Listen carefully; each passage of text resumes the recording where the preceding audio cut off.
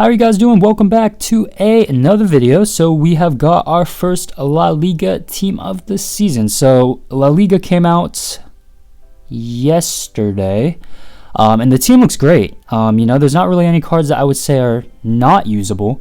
It's an all-around very balanced team of the season, and definitely one I'm looking forward to using. All these cards. So yeah, we've got ourselves Thibaut Courtois, the goalkeeper. You guys know I hate doing these goalkeepers, but they always tend to do well for whatever reason.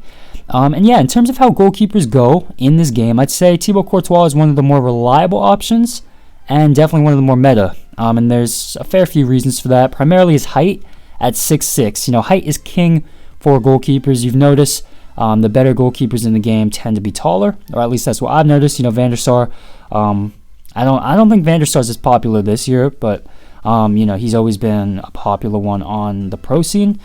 So yeah, 6'6", that height gives you so many advantages in a lot of situations. For example, diving, animations across goal, far more reliable, of course, and you have much more confidence in a Thibaut Courtois, for example, reaching across goal and getting to that driven ball across goal. So yeah, you get that with Thibaut Courtois. You can see most of the saves I feel like were across goal, and you can see how easy it is, or it may seem, because of his reach. So yeah, the diving animations on Courtois are good. Also, you see on one-on-ones, very good when it comes to closing down angles. Also with if you're really good with keeper movement, he'll be very reliable. So with Thibaut Courtois, I did notice, closing down that angle off one-on-ones is big, but the thing is if I feel like it forces a lot more mistakes, because then people really got to think about, whether they go near post or far post. So I like his presence, how he fills the goal. Also, another thing I like about his height is off 50-50s, those aerial contests.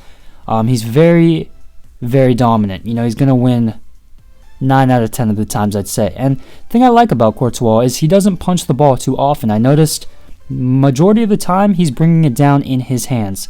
His handling at 95, I'd say, is fairly true. There was only one instance, I think it's in here somewhere, where he batted it, parried it in for an open opportunity for a rebound. But all keepers, I'd say, would do that. So that would be an unfair assessment to say that his parrying is awful, because otherwise there wasn't really any problem. I'd say his handling, for the most part, was pretty good. And when he did parry it, it was usually out of danger outside the 6-yard box. So yeah, the height, as I mentioned, all around, very helpful, very advantageous all around. Another thing, I think I mentioned this already, the presence, how he fills the goal. But off one-on-ones, he's very good. It really is something that stood out for me. Very quick off his line, despite, 70 speed's still pretty good, but in comparison to the other team this season, goalkeepers maybe a bit low. But yeah, very quick off his line. He's got the 70 acceleration, 71 sprint speed. I think he also might have rushes at a goal trait, if I'm not mistaken, which, of course, it's come for crosses. So another reason why he's very dominant off, these crosses and stuff.